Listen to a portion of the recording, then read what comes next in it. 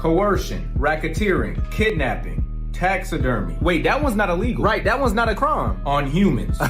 Yeah. Oh right, my yep. fucking God. Tax evasion, arson, blackmail, necromancy. Necromancy? Are you a fucking sorcerer? What are we doing? It was just a hobby. How was I supposed to know that was illegal? Robbery, assault. Wait, what kind of assault? All of them. Every single one of them is listed. Judge, take me off the case. Wait, Take me off the case. Nah, fuck all that. You're going to jail, bro. Take me off the case.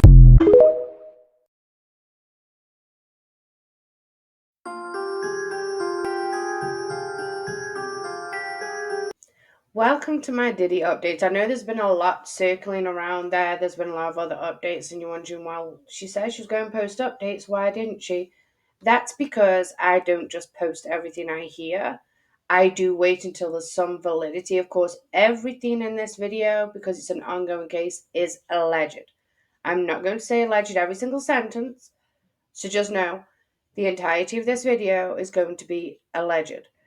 But I always like to know that there's something to back up these claims before I post, because claims can destroy people's lives, especially if they're completely innocent.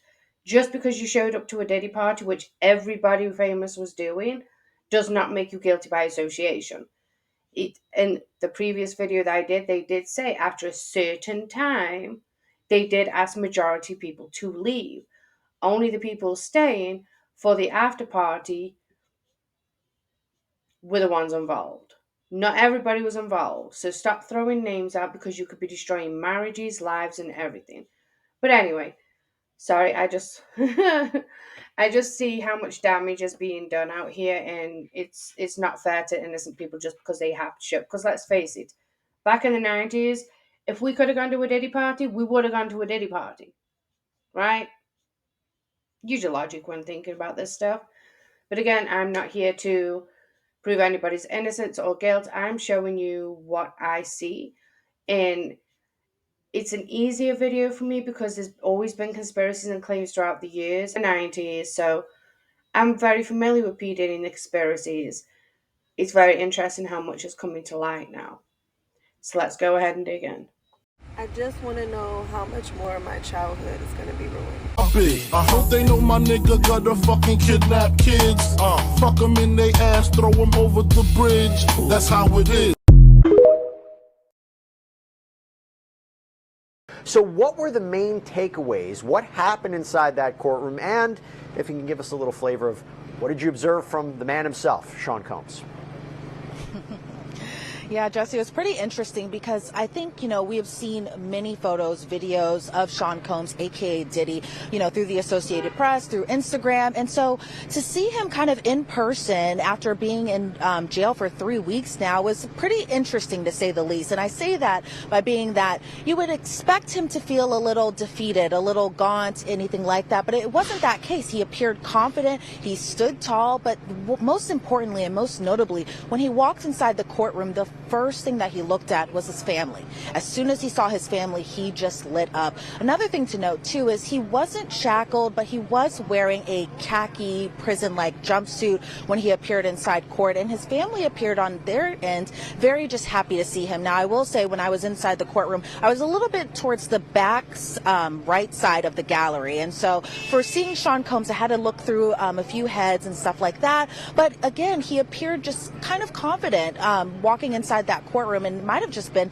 the look that his family was there. So let me kind of paint a picture for you as well too. His mother arrived a little bit before 1 p.m. Eastern time today, and then whenever his children actually came into the courtroom or the courthouse actually kind of got silent. It was pretty interesting to see that as well too. So as far as who was sitting by who, you had Janice Combs, who sat by Justin, then it was followed by Chance, the twins, Jesse and Delilah, Quincy, and then Christian Combs, aka King. And so again, once they all saw their father, they all smiled at him, waved at him. And even when we were all leaving the courthouse today, Diddy just blew kisses at his mother and his family members. They didn't say much of anything. I wasn't outside when they had first entered the courthouse, so I'm not sure if they said anything to the press. previously they had been very quiet whenever they had entered the courtroom. So I assume it'll be kind of like that as well too. But it was interesting as well that a lot of the arguments kind of based around the data that was recovered and seized from the homes. So while a lot of us were kind of expecting there to be arguments about the bail or the bond, that really didn't happen. And the judge ordered that the defendant, Sean Combs, stay inside the MDNC, which we know the Metropolitan Detention Center in Brooklyn, New York.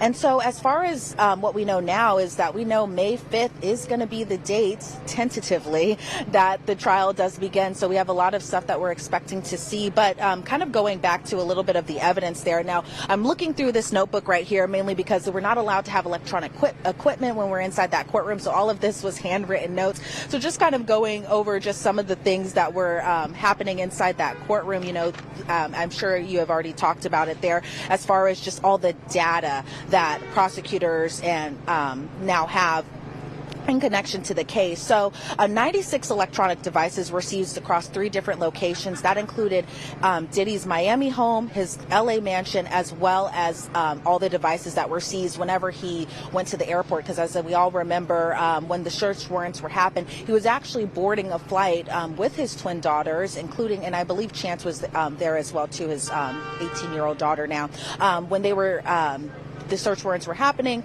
and Diddy was caught up at the airport. They did seize different devices that time as well too. And so the data mainly still has to be extracted. Now, the government was kind of talking about just some of the devices are a little bit older, so the government in turn is kind of catching up to the technology there. But they say at the airport they seized 9 different devices. 7 of those have been extracted so far. At Miami, 36 different devices were seized. 29 were extracted. And in LA, 51 devices were seized. 24 have been extracted. They say the 8 terabytes of data, that information could come about in the next 2 weeks or so, and they're working on the production, another production of the subpoena returns. And so the defense pretty much didn't object to too much inside the courtroom today. Agnifilo also appeared kind of confident during his arguments. I know a lot of people were kind of expecting for the bail or bond argument to be happening, but that didn't happen, and it appeared that the defense kind of, I'm trying to find the right word here, but they were pretty much complying with all the prosecution's arguments and plan to kind of have everything all good and set to go by May. Now, by the time the end of the year is to happen, I forgot, like, one big turn right here. They did mention that a potential superseding indictment could come. Now, obviously, that hasn't happened yet, but the investigation is still ongoing. And so, we don't know a lot of information as far as what that could look like, but it appears that we could expect more charges to come later on, potentially by the end of the year. She did put a lot of emphasis on the fact that he was smiling in court, and the kind of prison that he's currently located in is known to break people down. I have done a lot of research on this particular prison prior to Diddy even going there, because I have seen other documentaries about this prison. And it's supposed to be an horrendous place, but that's why people are questioning, is Diddy really in there? Is he really in there? And the reason I question this is the fact that she stated he was smiling the entirety, right? Not necessarily the whole time. Maybe when she saw him, he was smiling because he saw his family. But I also want you to listen to this phone call from one of his family members prior. Because apparently some pizza boxes are very important. Also, like and subscribe this creator because he is on point. He is to the point. He does not sugarcoat shit. Love him. None of this nonsense and nothing over the phone. I'm gonna need you to get rid of all the leftover pizza boxes. The what? All the boxes left over for the pizza. All the boxes. Okay. Make sure you recycle the plastic like we talked about. So this is the first Diddy phone call that we're getting out of him being in jail. But Diddy, he's a terrible person. He's not stupid. This isn't Wade Wilson here. Look, you, me, my elderly Christian mother would even know that he's not actually talking about pizza boxes. That boy talking about them freak-off tapes. However, they're not going to be able to use that phone call in court and have it be substantial evidence. It's going to be circumstantial evidence at best. Diddy is using thinly veiled code to be able to communicate with one of his kids, but even that is enough to create reasonable doubt. Diddy's kids are stupid. Nobody should have to tell them to go get rid of that evidence, especially since they're probably in some of those tapes. Now, I looked through his indictment, and the only person listed on that is himself, and he's listed as, okay, Sean Combs, Puff Daddy, P. Diddy, Diddy, PD, and Love. Those are all his AKA listed, but you would think with such a large enterprise that P. Diddy has that he would not be the only one listed, right? So from all the research that I've done throughout the years, because reason I started this podcast is because I always do deep dives. I just wanted to jump on here with everybody else and actually try and make a podcast, and hopefully somebody else enjoys my deep dives. But from everything that I saw, he is the only one listed, which means people flipped on him.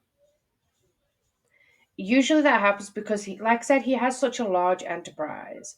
So he should not have been the only one listed. And usually when this happens, it's because everybody flipped on him and everybody's telling on him. So they are all going to be testifying against P. Diddy. So he's in for a long trial. And I'm seeing that so far it's being pushed back to May of next year. He is begging to come out of this prison, but we're going to talk more about that later. Now, guys, if you haven't already, please check out my videos of Kim Porter's book, Part 1 and Part 2. Watch them both in order. They are large videos, large files, so that's why I had to do it in two. But I did say in those videos that I may not think that verbatim everything is correct and it has been edited, but I believe there's a large truth behind a lot of this stuff, even down to Tupac. Now, Tupac was Diddy's greatest competitor. I wouldn't even say competitor because Diddy was never on his level. Diddy was not a rapper. Diddy was a suit. Diddy's always been a suit. His biggest hit was a song that he stole and gets zero royalties from because he stole the song and decided to just add some lyrics to it and think, oh, this is mine now because I changed some lyrics around. No, it doesn't work that way. You should know you are a suit. Kim Porter was working as a receptionist and he was a suit. That's how they met. He made records later, yes, but he's a suit. Okay, so keep that in mind when we're going through all of this and how calculated this man is. Because he's basically been trained from a young age to be a pit bull. If somebody couldn't do it, Diddy could do it. The weekend of the 14th when the soundtrack comes out? Right? Even the darkest stuff. And he's gotten away with so much, including the law covering for him too. But if you haven't already, go ahead and check out those books. You can come back to this book or check them out after. Please like and subscribe. But yeah, we have some proof to back it up. So here we go.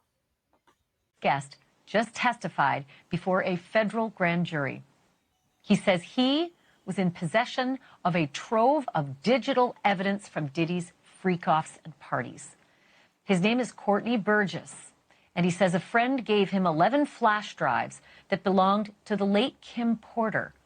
And if you follow this story, you'll know that Kim Porter is Diddy's ex-girlfriend and the mother of 4 of his kids. On those drives, the witness says 8 videos featured 8 celebrities at Diddy freak-offs or parties, and that 6 were males, 2 were females. The drive also included a manuscript of an alleged Kim Porter memoir, a memoir that her 4 kids insist is fake.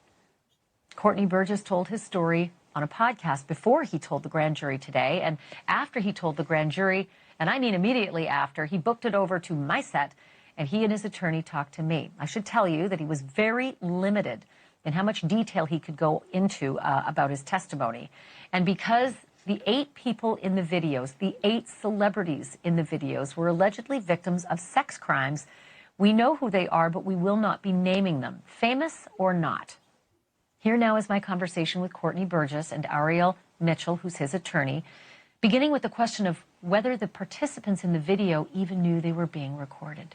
Cameras that were recording in private places like bathrooms. I didn't see the cameras. You could tell how the person was angled.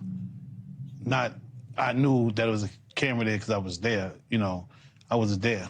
I don't know if the person was too tall, he was holding it or whatever, but I wasn't there. May I ask you this, Courtney? And Ariel, you can jump in on this as well, but I want to hear from Courtney first. Your home was raided by federal authorities, and I assume it is because of this material. Is that true? I wouldn't say that. They just went to every one of them looking for me. They said, the paperwork said the 24th, that I had to be there the 28th, and then it was the 27th. I said, I can't make it there, that's tomorrow. So I don't know. From the look of it, it was 4 days. And I want to be specific. When we talk about a raid, we're talking about when a subpoena is served for documents, a search warrant or an arrest warrant. In this situation, Mr. Burgess was not in any way, shape, or form had a search warrant or an arrest warrant issued for him. It was just them serving a subpoena. So when the federal government needs to serve a subpoena, they use the Marshal Service to come to all of your residences if you have more than one residence. So in this situation, they sent marshals to all of Mr. Burgess's residences, and that was somehow construed or understood or turned into a raid, but he did not face a raid. It was just to serve him a subpoena. Ariel, of what the witness says he saw on those tapes. So I asked him about that, and he answered what he could, given the limitations imposed on him after testifying before the grand jury. Out of those 8 videos, 8 celebrities, 6 men and 2 women, how many of those 8 celebrities were close to being underage or potentially underage? 2 males. 2 males. And of those 8 celebrities, how many of them were intoxicated or under the influence of drugs? This is going to be all speculation. I just want to preface it by he wouldn't know if they were. Right. Sure. Appeared to Let be. me rephrase it. Based on, yes. Understand. Out of the 8 celebrities who were recorded having intimate relations with Sean Combs, how many of them appeared to be either inebriated or intoxicated or under the influence of drugs? All of them. All of them. Out of those 8, how many appear to be potentially victimized? How many might have been victimizing? I think all, to be honest, all. Were victims They or victims. were perpetrating? Victims. They were all 8 were victimized, Yeah, meaning victim. this was happening to them and they were inebriated. Right. Not knowing, I guess, how much proof it was in it, what they was doing. And of those 8, how many seemed to be potentially minors? 2 to 3, possibly 3. 2 to 3. Also on the flash drives, Courtney, was what looked to be a manuscript written by, it appears to be a woman who had taken Kim Porter's private journals and had written a book. Is that accurate? We don't know. I don't know how. Yeah. I don't know how, who wrote it, put it together, but it was from her when I spoke to her.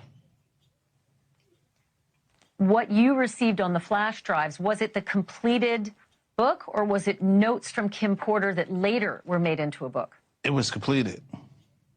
It's only 60, it's only about 54 pages. It was Sure, and in the beginning, it says, Kim made me promise that if something happened to her, I would make sure this book became public to the world. The way Sean moved, I knew that was a promise I would have to fulfill. Kim knew I was a woman of my word, and this book was going to make it to print. So it sounds like it is a woman who wrote up the notes from Kim Porter. Does that sound accurate?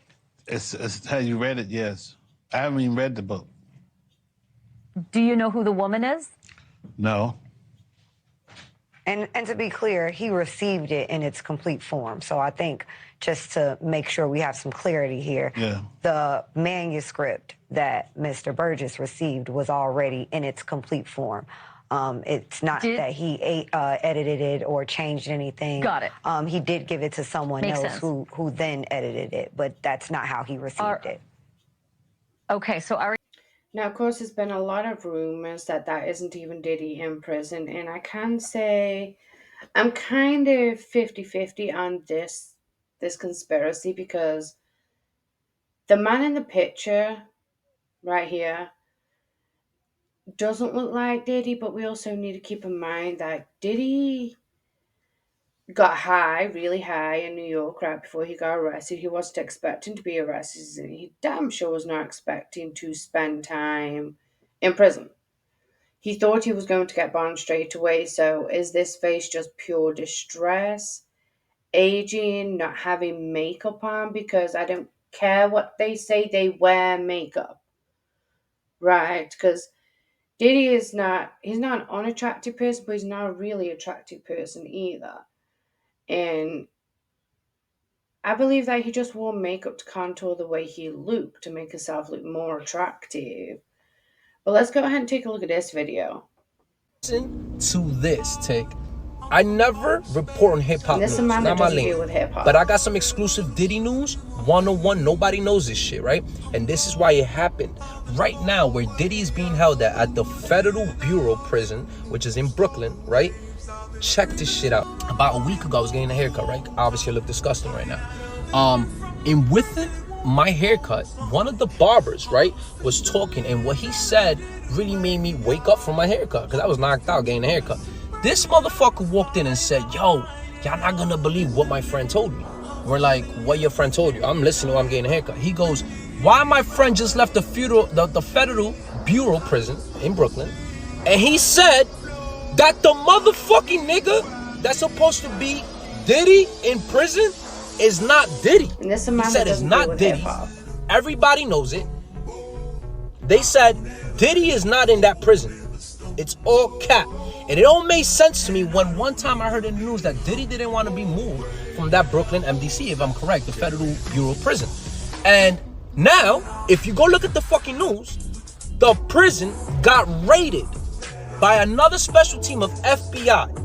Whatever they lie and put to the media for we could think is what they think. I mean, for we could think what they went there for is a complete lie. Those motherfuckers are there because someone snitched and said that Diddy is not really in that motherfucking prison.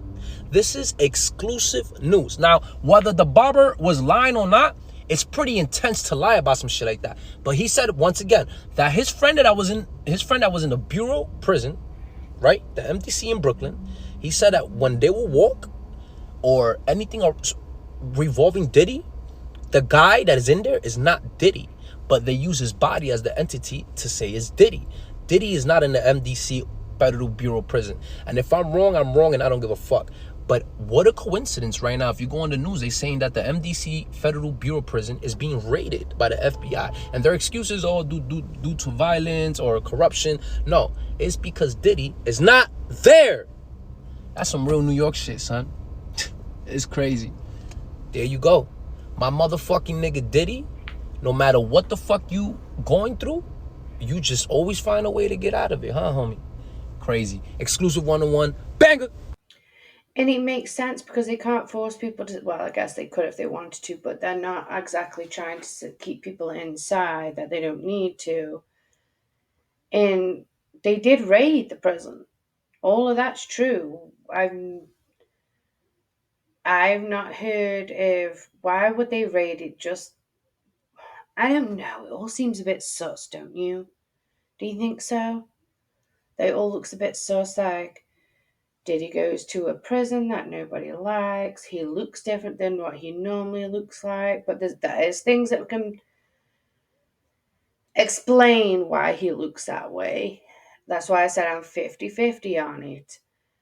But the whole thing is a mess. I mean, that I understand why they're not naming names. I wish they would, just because, everybody wants to on their podcast. But we do need to remember, famous or not, a lot of these people are still people and they are victims. So I fully understand why names are not being released.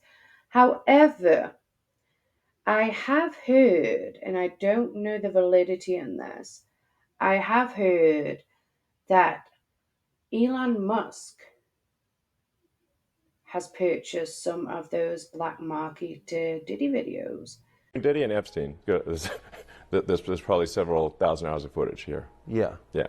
It's kind of weird that the people on those videos are lecturing the rest of us about our moral failings, isn't it? Yeah, it's weird. What is that? Well, I mean, part of how they deflect attention from themselves is by, criticizing the morals of others. Yes. It's sort of like a preemptive moral strike. Elon Musk just stepped into the chat, and he sent out a major warning to every celebrity who was freaking off at Diddy's parties by to expose the freak-off videos. Not too long ago, it was revealed by the lawyer of one of Diddy's recent SA victims that the freak-off tapes were getting auctioned behind the scenes, and that there were several powerful people trying to buy them so they wouldn't get released, because they were also in them tapes. But see, this is where things started getting messy, because word on the street is Elon just bought the tapes for millions of dollars, and he's more than ready to release them. Apparently, he's doing this because Diddy was one of the big investors in his $44 billion purchase of Twitter. However, since Diddy's been caught up in all this mess, he's been trying to get him to step down. In fact, Elon himself hinted at this just a few days ago, and at the time, people thought he was just trolling like he always do. But it turns out he actually has these tapes, and these celebrities are shaking in their boots as we speak. Elon ain't just some regular person that they can blackmail into keeping quiet. And this is really tripping them out because they know he can drop them tapes at any moment now. Now, like I said before, the whole reason Elon even got his hands on them tapes is because they were for sale, and he was one of the people who put a big buck on the table to get them. The rumors about the tape being up for sale all started when the attorney Ariel Mitchell Kidd, who's currently representing one of Diddy's SA victims, appeared in an interview, and she spilled the tea about what Diddy did to her client, as well as the freak-off tape going around in which people believe got bought by Elon Musk. Not for gratification, but because Diddy is refusing to step out of X. Now, when Elon purchased Twitter, Diddy had a hand in that, and he's trying to ask Diddy to step back because Diddy's a horrible human being. Right? He's a horrible human being. And apparently, Elon Musk purchased some of these videos that made it to the black market. Not to use against the victims, but to try and use it to leverage for Diddy to back out of Twitter. But Diddy's about to lose absolutely everything. So I think he's going to be holding on to everything he can with a fine tooth comb. I don't know, this man seems to have way too much confidence for me, and I don't like it. But like Kat said, 2024 is going to be the year of truth-telling, and everything is going haywire right now. But I do want to add a little humor to this daunting video. Look how crazy. Help Puff Daddy get out of jail. And I think it's absolutely ridiculous that the guy would be arrested for doing a couple freak-offs, and he never really hurt anybody, in my opinion. And I wrote him a little song. Puff Daddy is the best. Puff Daddy beats the rest. Puff Daddy is my hero. Puff Daddy's not a zero. Puff Daddy should be free. Puff Daddy doesn't have HIV. Puff Daddy is not a felon for what he did with Ellen. Puff Daddy is not a felon. I don't care what he did with Ellen. Puff Daddy should be free. Someone please call JC. I The fact he's still in a courtroom and they're not telling him to hush is ridiculous. Like, the lack of anything professional going on right here. Well, guys, thank you for grabbing your brew with me and getting this update. Please, please, please like and subscribe. Don't forget to check out the Ken Porter book that's on my channel. And go ahead and tune in for the next update. Again, I only stick to things I can validify. Is that a word, validify? With validity. Either way, I make sure I research everything before I post about it. So that's why I'm not giving you as many regular updates as everybody else, because they're going off of chitter chatter. I don't want to go off he said, she said. I want to go with something with a little bit of weight behind the words. Well, thank you so much, guys. Again, please like and subscribe. See you next time.